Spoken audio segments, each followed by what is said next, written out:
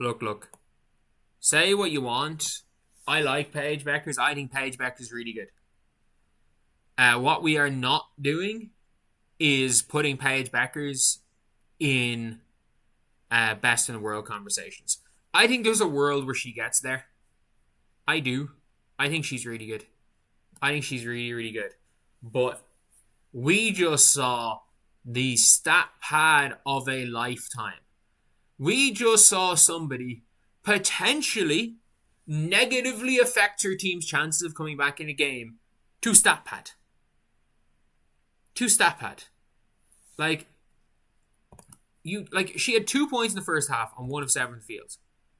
But if you didn't see again in this game here, so she hits a mid-range pull-up there, and that's the only point she gets in the first half.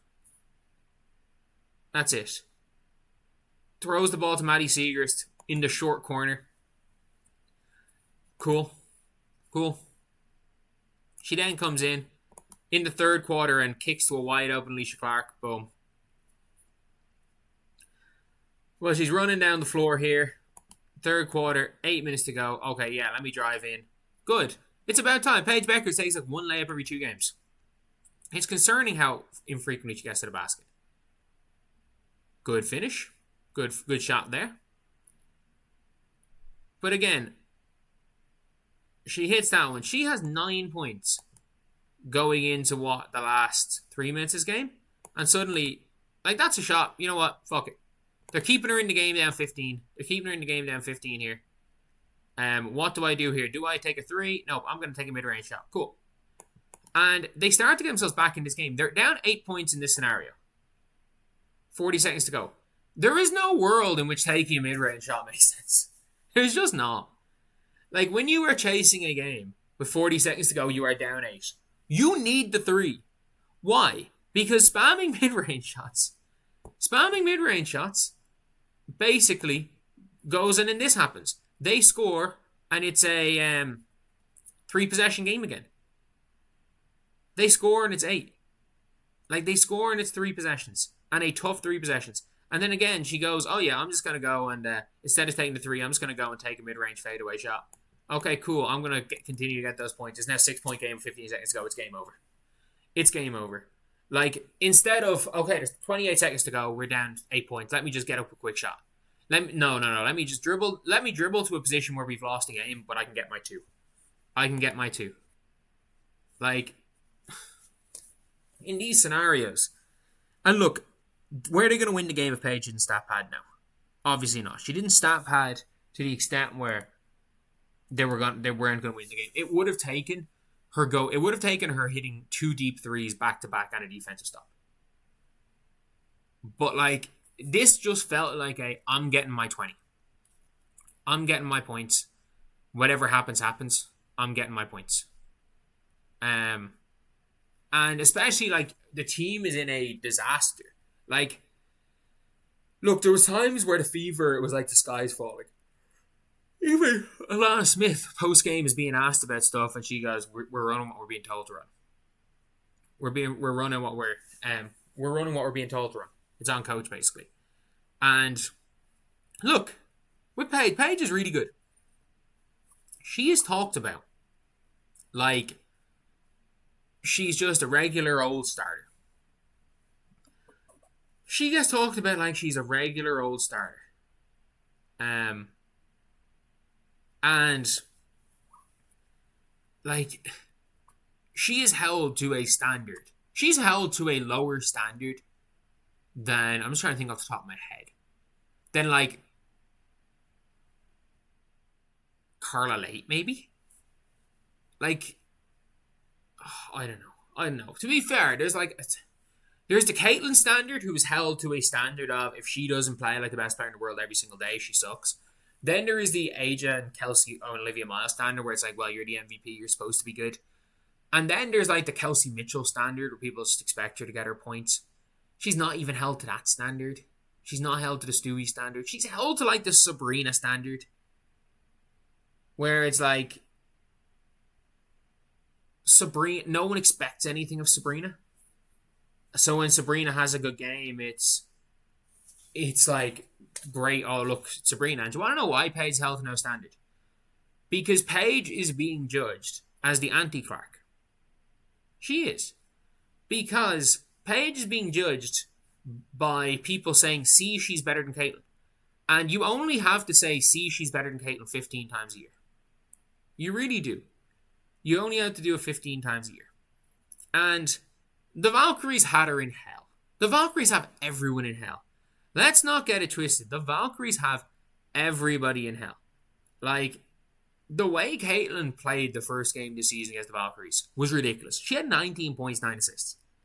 And she was, like, I think that's, like, pretty much as good of an individual guard performance you can have against this Valkyrie team. But, like, her overall impact on a game is that of a, I don't even know, like, it's really hard to quantify because they can't win. They can't beat anyone. Like, they're struggling against bad teams. And I'm going to be honest here, like, if you want to say, oh, but like, do you remember the start of Caitlin Clark's rookie season? And if you're comparing Paige Bueckers right now to Caitlin Clark at the start of her season, rookie season 2024, you're in a bad spot. You're in a really bad spot. And it just feels like it just feels like she is a 1B. As in, if you put her on an elite team, she can be the best or second best player on that elite team. She can be the best player on that elite team if you surround her with superstar level talent. But like, when she, like, her impact is in makes and misses. And that's one of the weird things, that her impact is mostly makes and misses. And there's a huge difference between somebody whose impact is makes and misses versus a Olivia Miles whose downhill ability can really affect a defense, in a Caitlin Clark who all 5 players have to keep an eye on her and focus on her. Versus that, and it's like Paige's best asset is her off-ball cutting. And I don't know what the Dallas Wings need to do. It's really gonna be really hard to do with Alana Smith and Enrique on those contracts. But like, they should have, if they had Olivia Miles, you would have had a better, like what Courtney Williams is doing. You would have had a mixture between offensively. I'm not saying Paige Bueckers is the same type of player as, like, it would have been a mixture offensively between Courtney Williams and Sonia Citron, is what Paige Bueckers is on offense. And you could have had Olivia Miles. I genuinely think that, like, the Dallas Wings screwed over Paige long term because they wanted to recreate Love and Basketball. Because there's no basketball reason for drafting Easy Foot number 1. Whatever about if you didn't want Olivia Miles, Awa as well.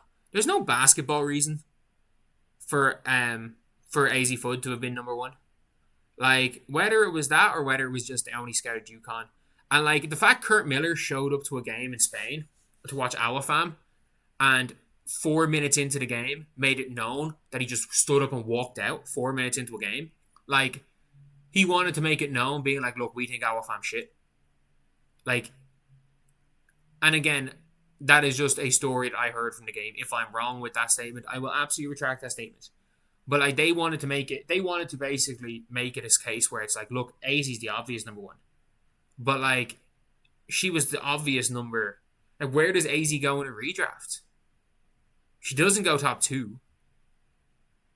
Does she go behind Kiki Rice? Maybe.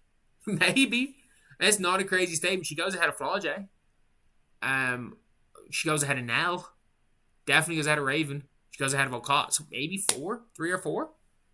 But yeah, it is a weird one. She's just held to 0 standard, which is weird because she is one of the 6 or 7. Like, at her best, she can be, like, she has potential. Like, she absolutely has potential to be the best player in the world. But I don't think she wants it. I really don't think she wants to be the best player in the world.